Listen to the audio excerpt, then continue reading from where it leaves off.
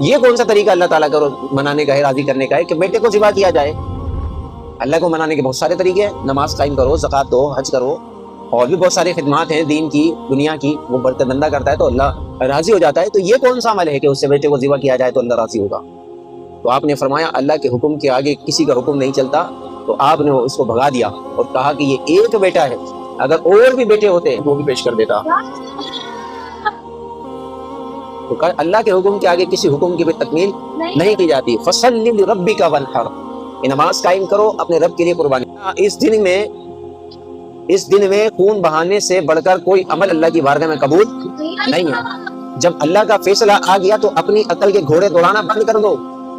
یہ فیصلہ کرنا کہ کسی غریب کی مدد کر دی جائے تو وہ تو عام دنوں میں بھی کی جا سکتی ہے، کسی کی شادی کرا دی جائے غریب کی تو وہ عام دنوں میں بھی کرائی جا سکتی ہے۔ واجب کے آگے، اللہ کے حکم کے آگے اپنی عقل کے گھوڑے دوڑانا نہیں چاہیے۔ تو یہ عام دنوں میں کیوں یاد نہیں آتے لوگوں کو؟ تو یہ تو عمل شیطان نے ابراہیم علیہ السلام کو بتایا تھا کہ اللہ کو راضی کرنے کے اور بھی بہت سارے طریقے ہیں، تو آپ وہ اپنا لیجئے۔ لیکن ابراہیم علیہ السلام نے کہا یہ تو سستا سودا ہے، اگر اس سے مہنگا بھی اور کوئی سودا ہوتا جان سے بڑھ کر تو ابراہیم اس کو بھی کربو کرتا۔ تو چونکہ شیطان کا وار ناکام ہو گیا، شیطان چلا گیا۔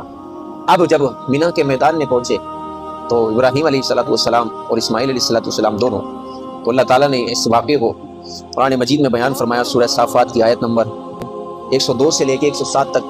تو یہ اللہ تبارک و تعالیٰ نے پورا واقعہ قرآن مجید میں بیان فرمایا۔ اب جب ابراہیم علیہ السلام، بہت سے لوگ کہتے ہیں کہ ابراہیم علیہ السلام نے اپنے بیٹے کو بتایا نہیں تھا، بغیر بتائے ان کی قربانی پیش کی، ایسا نہیں۔ اللہ تعالیٰ نے قرآن مجید میں اس واقعے کو بیان کر دیا کہ ابراہیم علیہ السلام نے اپنے فرزند اسماعیل علیہ السلام کو سب بتا دیا کہ بیٹا میں نے خواب دیکھا ہے کہ میں تمہیں ذبح کر رہا ہوں۔ بیٹے نے کہا ہے اللہ کا حکم ہے تو آپ اسے کر گزریے، انشاءاللہ عز و جل آپ مجھے صبر و استقلال والوں میں پائیں گے، آپ مجھے لغزش والوں میں نہیں پائیں گے۔ حضرت اسماعیل علیہ السلام کو آپ نے پیشانی کے بل زمین کے بل الٹ لٹا دیا۔ اب چھری تیز کی گئی اور آپ کی گردن پر جب رکھی گئی تو چھری چلتی نہیں ہے۔ ابراہیم علیہ السلام چلانے کی کوشش کرتے ہیں، چھری چلتی نہیں ہے۔ چھری کو پتھر پر مارا، جس پتھر پر مارا وہ پتھر ٹوٹ گیا۔ تو چھری سے کہا ابراہیم علیہ السلام نے بھائی تو یہ جہاں چلا رہا ہوں وہاں تو چل رہی نہیں ہے، اور جس جگہ چلانے کا حکم نہیں ہے وہاں تو نے پتھر کے 2 ٹکڑے کر دیے۔ تو کہا نرم ہوتی ہے گردن، تجھے وہاں پر چلنا چاہیے۔ تو کہا ابراہیم تم کہتے ہو چلے اور وہاں سے صدا آتی ہے کہ نہ چلے۔ تعالیٰ نے قربانی قبول کی۔ دیکھ تو اللہ تعالیٰ نے حضرت جبریل علیہ السلام سے فرمایا کہ ابراہیم اپنے وعدے کا سچا ہے، ہم نے ابراہیم کی قربانی قبول کر لی ہے، جاؤ جبریل آنن فانن فوراً جنت سے ایک دمبا مینڈا لے کر جاؤ، اسماعیل کو ہٹا دو۔ جیسے ہی ابراہیم چھری چلائیں گے تو انشاءاللہ ان کی قربانی قبول ہو جائے گی اور اس طرح دمبا ذبح ہو جائے گا، مینڈا ذبح ہو جائے گا۔